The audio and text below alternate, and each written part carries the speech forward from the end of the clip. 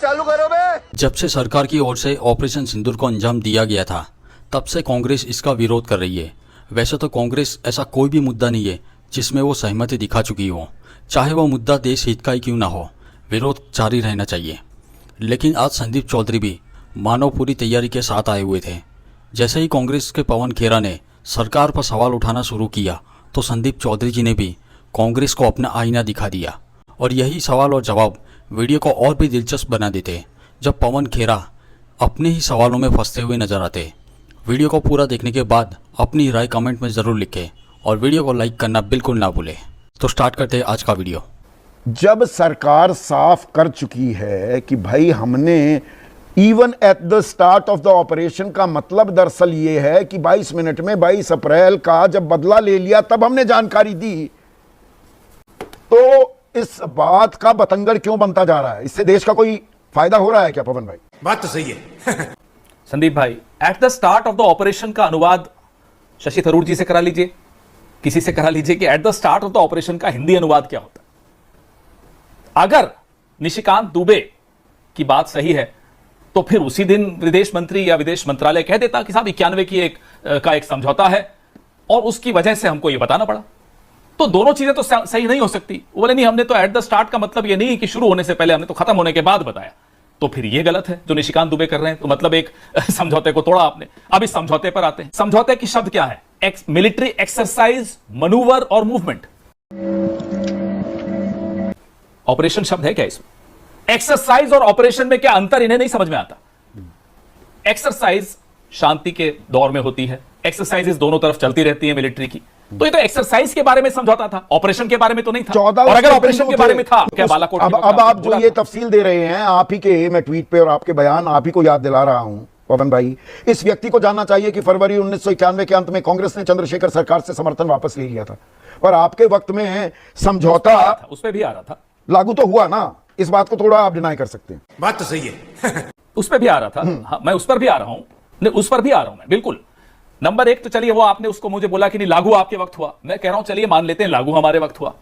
उसके बाद 17.5 साल भाजपा की सरकार, 6 साल अटल जी की, 6 साल से थोड़ा ऊपर, और लगभग 11 साल हमारे आपके प्रधानमंत्री नरेंद्र मोदी की। तो 17.5 साल इनकी सरकार रही। अब नहीं सोचा उन्होंने कि यह समझौता गलत है। अगर यह समझौता गलत है तो मैं फिर से दोहरा रहा हूं, यह समझौता एक्सरसाइज, मनूवर और मूवमेंट का है, ऑपरेशन और वॉर का नहीं है। 8 बार ट्रंप कह चुके हैं कि उन्होंने सीज फायर करवाया, 2 बार कह चुके हैं, 3 बार की ट्रेड को सामने रखा, 1 बार यह कहा कि मैंने उन्हें धमकाया कि व्यापार रोक दूंगा अगर यह सब नहीं रोका तो। ये भगवान क्या जुल्म है।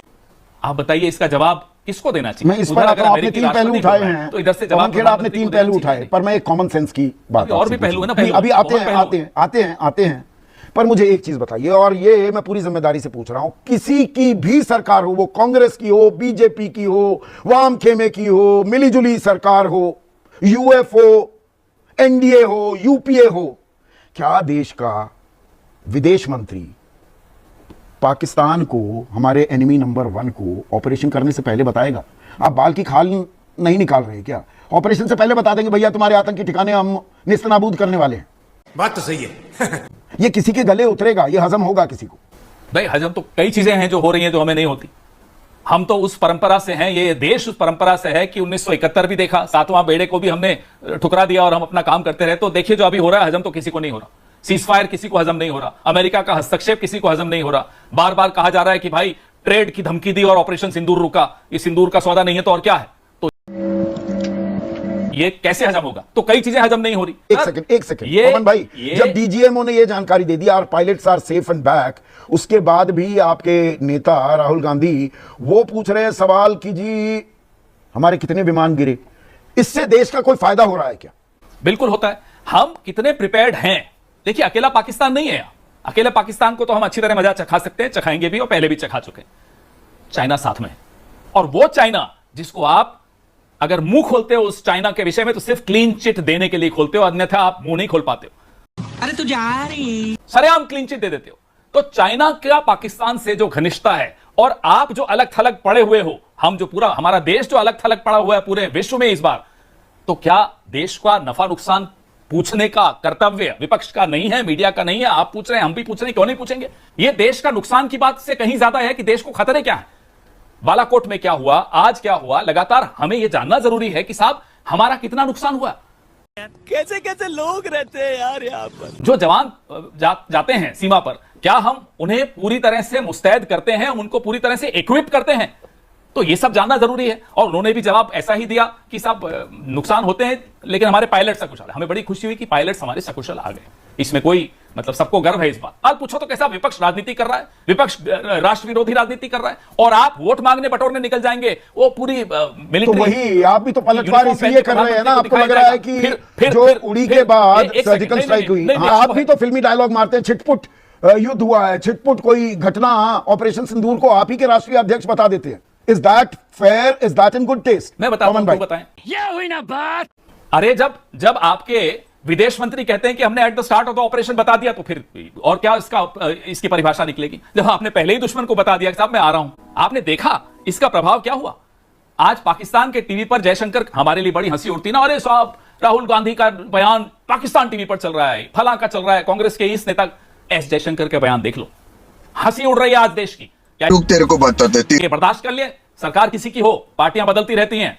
देश की हंसी उड़ना, देश का अपमान होना, हम सबका अपमान है। भले सरकार बीजेपी की, पाकिस्तान की भाषा बोलना, जो आरोप बीजेपी आप पर लगा रही है, राहुल गांधी पर लगा रही है, आप पाकिस्तान की भाषा बोल रहे हैं। पाकिस्तान में जो सवाल उठ रहे हैं वो यहाँ पर कांग्रेस और आपके नेता उठा रहे हैं, और आप उठा रहे हैं। मैं आपसे पूछता हूं, ये हुई ना बात। मैं आपसे पूछता हूं, हम सवाल उठा रहे हैं कि साहब सीजफायर क्यों रोका? क्या ये पाकिस्तान की भाषा है? हम सवाल उठा रहे हैं कि सीजफायर रोकने के वक्त जो शर्तें रखी थी, क्या उसमें अजहर मसूद, हाफिज सईद, दाऊद इब्राहिम और पहलगाम के तमाम आतंकियों को भारत को सौंपा जाएगा? क्या ये पाकिस्तान की भाषा है? हम कह रहे हैं कि कश्मीर पे अमेरिका की मध्यस्थता क्यों होगी? क्या ये पाकिस्तान की भाषा है? हम कह रहे हैं कि डोनाल्ड ट्रंप क्यों चौधरी बने हुए हैं आज हमारे इस क्षेत्र में, हमारे देश की भविष्य की वो क्यों जिम्मेदारी ले रहे हैं? क्या ये पाकिस्तान की भाषा है? बोलने दे। ये देश प्रेम से ओतप्रोत सवाल हैं। आज इन सवालों का जवाब अगर नहीं मिलेगा तो देश का भविष्य, देश की सुरक्षा भारी खतरे में आने वाली है। सर, राजनीति आप भी कर रहे हैं। आखिरी सवाल पवन भाई, उड़ी 2016 में जो सर्जिकल स्ट्राइक की उसके जवाब में, और पुलवामा के जवाब में बालाकोट एयर स्ट्राइक की, तो उसका फायदा बीजेपी को मिलता दिखा, चुनावी फायदा भी, इसमें कोई शक व शुबा नहीं है। बात तो सही है। आज आपको ऐसा तो नहीं लग रहा है, और इसीलिए आप ये सवाल उठा रहे हैं कि ऑपरेशन सिंदूर का भी सियासी फायदा बीजेपी ना उठा ले जाए। तो आप लगातार सवाल पर सवाल दागे जा रहे हैं। संदीप जी, लाभ हानि, राजनीतिक लाभ किसको क्या होता है वो नगण्य है।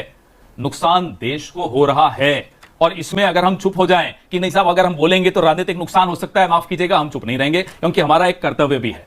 ये पूरी राजनीति करते रहें, वोट मांगते रहें, मांगे, हमें कोई दिक्कत नहीं। हम सवाल पूछेंगे और इनको जवाब देना पड़ेगा। तो इन सवालों के जवाब मिल रहे हैं क्या, या हक भी है और देश का हक है जानने का। मजा आया। अच्छा। तो दोस्तों, यही है कांग्रेस की असलियत। चाहे मुद्दा देश हित का ही क्यों ना हो, ये हमेशा हर बात का विरोध करते रहते हैं। आप कांग्रेस की इस राजनीति से सहमत है या नहीं है, मुझे कमेंट में ज़रूर लिखें, और इस वीडियो को लाइक करने के साथ साथ चैनल को सब्सक्राइब करना बिल्कुल ना भूलें। जय हिंद।